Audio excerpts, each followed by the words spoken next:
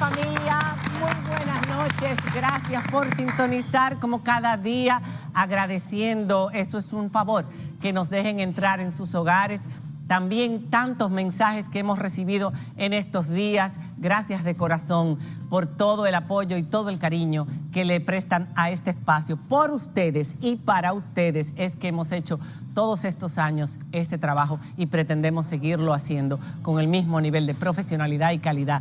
Y mis compañeras bellas y preciosas, y por ahí viene también Farideh Raful, que hoy se va a sumar al elenco en el día de hoy. Es que esta ha sido una semana, en los pocos días que lleva, ¿verdad? Muy movida en términos judicial. Y hoy vamos a hablar sobre un caso que se depositó ayer la querella, constituyéndose el Estado en querellante y actor civil. Y vamos a hablar sobre ese caso porque podría tener muchas similitudes a la operación Antipulpo.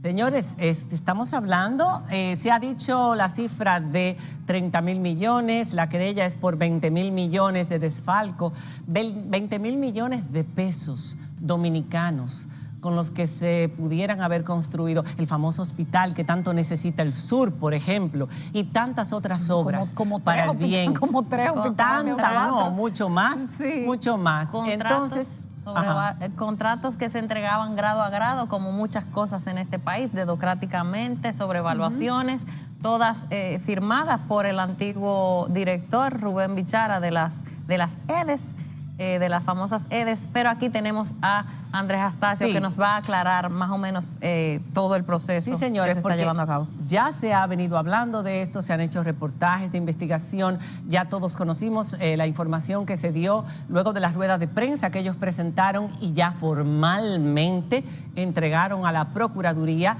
más de 400 pruebas o evidencias de que realmente lo que pasó demuestra, o ya estará por demostrarse, hace entender que alrededor de la pareja presidencial había un entramado mafioso muy potente en República Dominicana que no se conformaba con uno o dos sectores, sino que abarcaba, como bien empezó todo esto, mucho, como un gran pulpo que todo lo abarcaba. Por eso vamos a darle la bienvenida y nos alegra mucho que por segunda vez esté con nosotros el abogado Andrés Astacio, quien es vicepresidente del Consejo de las EDES, de Norte, de Sur y de Este. Bienvenido, buenas noches, Andrés. Que estuvo con nosotros una vez, Andrés, cuando hicimos una mesa de debate en un momento bastante álgido sobre el tema de la construcción de las hidroeléctricas, de las plantas de las termoeléctricas de Punta Catalina. Los recordamos que fue una mesa donde pusimos de un lado a las personas que objetaban esta obra y con las razones, y del otro lado al director técnico de la obra, al vocero de la misma, y tratamos de hacer una mesa con el mayor equilibrio posible. Esa mesa despertó bastantes ronchas, recordamos, y precisamente con una de las personas que está ahora imputada. Yo quisiera que nos empezaras contando, Andrés, cuando asumiste este papel, este trabajo de sustituyendo a Bichara con la misma posición. Inmediatamente empezaron las auditorías y ¿qué encontraron? Porque si ustedes tienen tanta prueba, tanta evidencia, todo esto se dejó a la vista de todo el mundo. Bueno, primero muy buenas noches a ustedes y a todos los televidentes de este programa. Cuando nosotros llegamos a la posición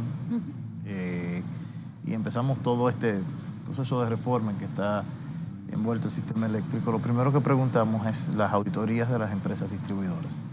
Y bueno, nos dicen, hay auditorías hasta 2016, 2017, 2018, 2019, no se han auditado. Bueno, nosotros eso nos llama la atención. Claro. Y bueno, vemos que como no hay un estado financiero, lo que pedimos es, bueno, vamos a hacer una especie de reconstrucción de lo que ha sucedido, para a partir de ahí poder hacer la auditoría y poner a la empresa en regularidad societaria. A las empresas en esa regularidad societaria, que bueno, ahora que vamos a poder empezar ya a hacer la parte financiera de 2020. Entonces, contratamos una serie de firmas de abogados para que me hicieran una auditoría forense reconstructiva. Y empezaron ellos a hacer hallazgos. Hallazgos que al principio eran acciones de mala administración, se podría decir, pero que empezaban a responder a patrones. Patrones como inobservancias de los procesos de compra y contratación, de la ley de 340 en los procesos de compra y contratación, inobservancia en o sobreuso de la figura de los proveedores únicos, y una serie de acciones llamativas. Uno de los más llamativos, por ejemplo, fue que cuando recibimos las empresas encontramos inventarios literalmente vacíos.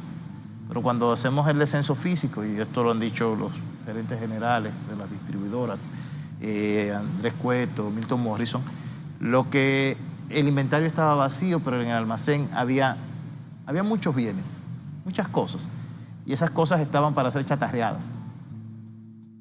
Funcionales, cosas que servían. En buen algunas estado, eran chatarreables, otras funcionales, y hemos operado durante 10 meses con eso. Con lo que había. Sí. Lo que Con iba lo que a se ser iba a votar. para chatarra. Ya. Nos Para pueden tirar. criticar que compramos poco, que gastamos poco, pero bueno, hemos operado y la población tiene energía eléctrica con eso. Con eso estamos operando. Evidentemente ya estamos haciendo procesos de adquisición porque ya hasta eso se va acabando, pero había para 10 meses. Entonces, estas conductas, estas prácticas se van viendo recurrentes y siempre cuando se empieza a ver el patrón va siempre llevándote a las mismas personas. ¿Quiénes? Bueno, en este caso era una empresa, o dos o tres empresas, que eran de una persona relacionada.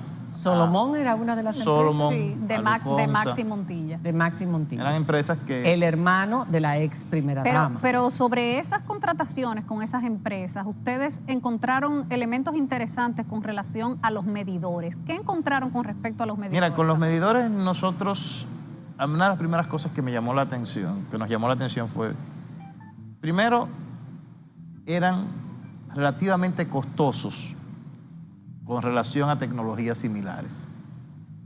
Segundo, esta empresa nunca nos facturaba, el fabricante nunca nos facturaba siempre el intermediario, en este caso Solomon. Solomón, que era la empresa de Maxi Montilla, Exacto. no el fabricante de esos medidores. Entonces nosotros lo que hicimos fue, bueno, vamos a llamar al fabricante. Y preguntarle qué cuesta Y esto. ¿verdad? cuando llamaron al fabricante, que tenía también como derecho exclusivo de distribución o de venta. Es que este fabricante es el dueño, nosotros buscamos quién es el dueño de la patente. Sí. Ajá. Bueno, ellos son los dueños de la patente. No el intermediario. Ellos son los dueños de la patente. El dueño de la patente. Llamamos Claro. al dueño de la patente que fabrica su medidor y le preguntamos, bueno, yo ahora mismo tengo que comprar este tipo de medidor, eventualmente yo quiero hacer una red más abierta, que podamos tener una red más abierta, porque eso nos va a ayudar mucho a disminuir costos. Pero bueno, mientras tanto, ¿cuánto cuesta tu tecnología? Bueno, la primera pregunta, ¿tú tienes alguna relación de usuario de representante exclusivo en República Dominicana? Y la respuesta fue, bueno, no. ¿Y por qué tú no nos vendes directamente? Porque ustedes nunca nos habían llamado. O sea que el decir que esta empresa del señor Maxi Montilla, que lleva años proveyendo a las EDES desde antes del 2012, era exclusiva, o sea, a través de ellos, o sea que los intermediarios, la empresa Solomón. Era un intermediario. Sí, que solo ellos podían Pero que venderle, solo ellos no era podían, cierto. y a esta misma Sí. distribuidora. Una de las cosas que nos llamaba la atención era eso, que se hablaba de que era exclusivo para las distribuidoras públicas. Entonces, en el mundo de hoy, ese tipo de exclusividades para una empresa particular no es usual. No. ¿Y la diferencia en precios? Bueno, cuando empezamos todo el proceso de negociación, empezamos un proceso de discusión. Lo que le pedimos primero, bueno, si usted quiere ser proveedor mío, usted tiene que cumplir con los requisitos que establece la ley dominicana. Y ellos dicen que sí, no hay ningún problema, se inscriben como proveedor del Estado. Y ya cuando nos hacen la oferta, encontramos que cuando hacemos la comparación a 2019, a la última compra que se había hecho en 2019, esto resulta un 80% más barato. 80% más Sí, barato. en promedio. La misma tecnología, el mismo medidor. El mismo aparato. El mismo aparato. El Y mismo en aparato. comparación con las otras empresas que también proveen esa tecnología, aunque no sean los de la patente, los que desarrollaron la patente, pero que también pueden proveer la No, tecnología. nos va poniendo, hay que reconocer, esta tecnología no es barata, pero sí nos va poniendo ya en el rango de mercado. Para que tengamos una idea. Había un medidor de esto, de una casa, 220, con telecorte, teleconexión, medición a distancia, medición en línea, que nos permita notificar al cliente cómo va la medición en su casa. Nos está costando ahora unos 114, 120 dólares cada aparato, que es más o menos lo que le cuesta a las empresas similares a nosotros. Antes nos estaba costando cerca de 200 dólares. Sin embargo, ayer el ex vicepresidente ejecutivo de la CDE se refirió Rubén Bichara se refirió a ese expediente y dijo que esa corporación no tenía la potestad de gestionar, de hacer compras, que no tenía un territorio que gestionar y que su nombre se había incluido en ese expediente para causar un impacto político. ¿Qué posibilidad hay de que todo esto se haya hecho a sus espaldas y sobre todo a espaldas del expresidente Danilo Medina? Bueno, nos fuimos lejos con Danilo, que eso venía el expresidente, por supuesto. Vamos a hacer una pausa.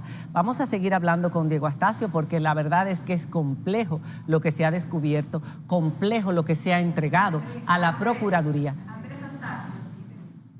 Perdón, ¿qué dije yo? Diego. Dije Diego Astacio. Hay un Diego Astacio que yo conozco. Yo suelo cambiarle los nombres cuando los apellidos son en común. Son secuelas del COVID. Son secuelas del COVID. Vamos a hacer una pausa para que pueda entrar también Farideh Raful, que conoce a este caballero desde hace muchísimos años y que también tiene mucho que aportar en esta conversación. Vamos a tratar de desmenuzar esto para que todo el mundo lo entienda en lenguaje llano, lo que se ha descubierto en las sedes. Otro de los grandes escándalos de corrupción del pasado. Ya regresamos.